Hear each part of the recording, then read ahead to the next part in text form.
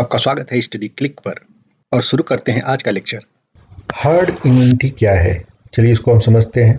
Herd immunity को समझने से पहले हम वैक्सीन से जो इम्यूनिटी होती है इंडिविजुअल को, उसको पहले समझते हैं। वैक्सीन क्या करता है? वो किसी इंडिविजुअल को प्रोटेक्ट करता है, ठीक है। मतलब वैक्सीन अगर इस आदमी को दे दिया गया है तो कभी भी वो वायरस जिसके अगेंस्ट वैक्सीन बना हुआ है वो अगर इस आदमी को इन्फेक्ट करता है, वो पैथोजन वायरस बैक्टीरिया अगर इस आदमी को इन्फेक्ट करता है तो क्योंकि वैक्सीन के द्वारा इसके अंदर एंटीबॉडी बना हुआ है, क्योंकि यह आदमी पहले से ही वैक्सीन लिया हुआ है तो इसके अंदर एंटीबॉडी बना हुआ होगा इस पैथोजन के अगेंस्ट।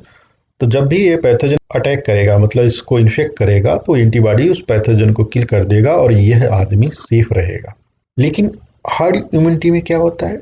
देखिए क्या होता है कि वैक्सीन में कई इंग्रेडिएंट्स यूज किए जाते हैं, ठीक है। कुछ इंग्रेडिएंट ऐसे होते हैं, जैसे एक प्रोटीन हुआ, वो एलर्जी काज करता है कुछ लोगों में जिनका इम्यून सिस्टम बहुत कमज़ोर हो, उनको वैक्सीन नहीं दिया जा सकता है, क्योंकि अगर उनको वैक्सीन दिया गया, उनका इम्यून सिस्टम ही काम नहीं कर रहा है तो वो किसी काम का नहीं होगा। तो ऐसे लोगों को वैक्सीन नहीं दिया जा सकता है।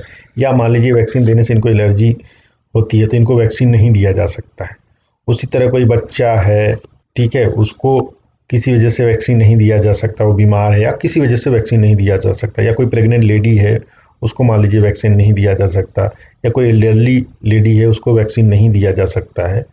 तब क्या किया जाता है कि जितने भी हेल्दी लोग हैं पहले उनको वैक्सीन दे दिया जाता है।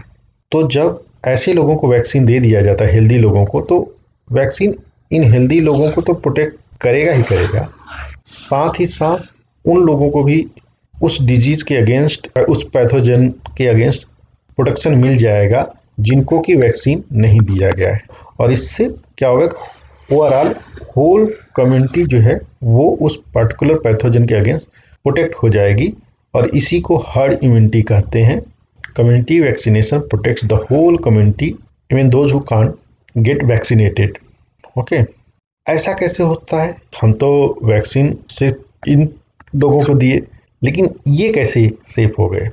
देखिए, मान लीजिए अगर किसी को वैक्सीन नहीं दिया गया होता, इन सब में से किसी को वैक्सीन नहीं दिया गया, तो अगर एक वायरस यहाँ इंटर करता, मान लीजिए कोरोना वायरस इंटर करता, तो ये मल्टीप्लाई होता है यहाँ पे, इससे इनके पास जाता है, यहाँ पे मल्टीप्लाई होता, और इनसे मान लीजिए इनके के पास जाता है, यहाँ पे मल्टीप्लाई होता, इनके शरीर में आता है, यहाँ पे मल्टीप्लाई होता है, इनके शरीर में होता है, यहाँ पे मल्टीप्लाई होता।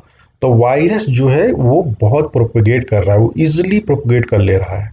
मतलब कि अगर वैक्सीन नहीं दिया गया तो वायरस देखिए कितना तेजी से प्रोपगेट कर रहा है। लेकिन जब इनको वैक्सीन दे दिया जाता है, इनको वैक्सीन दे दिया गया और इनको वैक्सीन दे दिया गया, तब क्या होगा?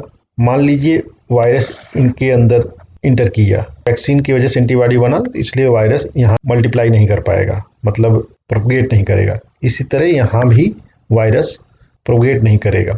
तो वायरस का पॉपुलेशन, एक तरह से कहिए वायरस का नंबर जो है वो कम हो जाएगा। वायरस बहुत हार्ड फील करेगा इस कम्युनिटी के अंदर ट्रांसफ़र करने में। मतलब कि अगर मान लीजिए यहाँ पे 100 वायरस इंटर किए तो 50 वायरस मान लीजिए ये एंटीबॉडी की वजह से मारे गए, और मान लीजिए ये लेडी इस आदमी से मिली, इसके अंदर 100 इंटर किए थे, 50 एंटीबॉडी से ख़त्म हो गए, तो ये 50 इसमें मान लीजिए ट्रांसफ़र हो गए।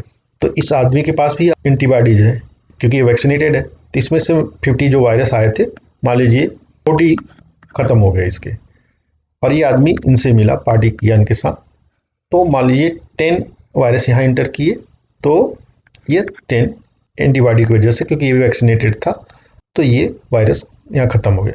तब ये जो नॉन वैक्सीनेटेड मेंबर्स हैं ये सेफ हो जाएंगे, क्योंकि जो इस कम्युनिटी में जो 100 वायरस इंटर किए थे, इन वैक्सीनेटेड पर्सन की वजह से वो ख़त्म हो गए। तो ये जो नॉन वैक्सीनेटेड पर्सन हैं, नॉन वैक्सीनेटेड लोग हैं, वो भी सेफ हो जाते हैं। इसी कॉन्सेप्ट को हर्ड इम्यूनिटी कहते हैं। इसीलिए वैक्सीनेशन में सहयोग करें and please get vaccinated. Like, share और सब्सक्राइब करें स्टडी क्लिक को। थैंक यू, धन्यवाद, जय हिंद।